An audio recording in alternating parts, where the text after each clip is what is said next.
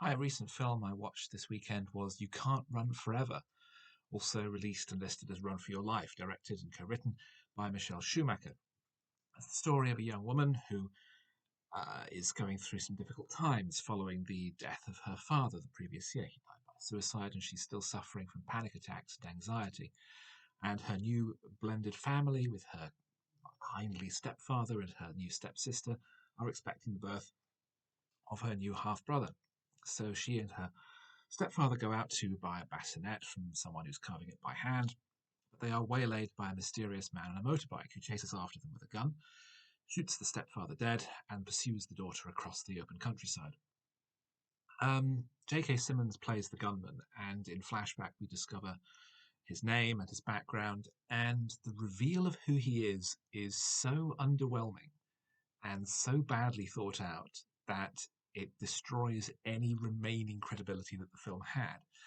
The basic concept, I think, is extremely good. The simple idea of a motiveless man chasing after you with a gun trying to kill you for no apparent reason is the stuff of nightmares, and has been previously exploited extremely well in The Hitcher, which this film very heavily resembles. But when we find out his background, that he was a teacher who is such an insecure, thin skinned bully that he cancels a class after one student makes one very feeble quip, goes home and finds that his wife is having an affair, kills the wife, the lover, steals his bike, and goes off on a rampage. That's the entirety of his motivation. It's really boring and stupid. It's so much more effective when you learn nothing. Michael Myers and John Ryder are such effective bogeymen in movies because you learn nothing about them. Instead, we find out that this character, Wade Bennett, is just a pathetic, failed person who can't cope with the consequences of his being a dick. The film is very stretched out.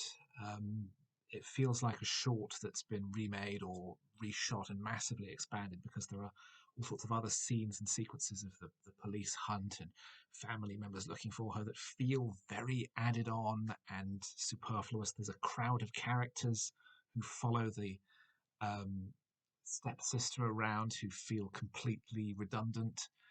Um, and it's such a badly thought out film. The psychological elements I thought were particularly weak. The filmmakers have obviously done no research into how panic attacks or anxiety work because it's a complete joke. Um, the psychology of the villain is laughable, and the film as a whole is so lacking in any sense of reality that it's very hard to care about anything that happens. I will concede that I found it very weird that he kept being able to find her in the wilderness, this very, very wooded, sheltered area, repeatedly over the course of the first hour. And then it's revealed that he's actually stolen her stepfather's phone and is using the app on there to track her phone so he can find her. That made sense. But then how is it that she's constantly stumbling into tableau of new people as though this is some sort of open air play? Um, People who she meets for 30 seconds before the gunman then shoots them dead. It's very poorly made, very poorly thought out. The only saving grace is the performance of J.K. Simmons as the gunman, who I'm sure by some bizarre coincidence is the director and co-writer's husband, and the film would not have been made without his involvement. He's a great actor, and he does what he can to imbue the character with a malevolent charm and some significant menace.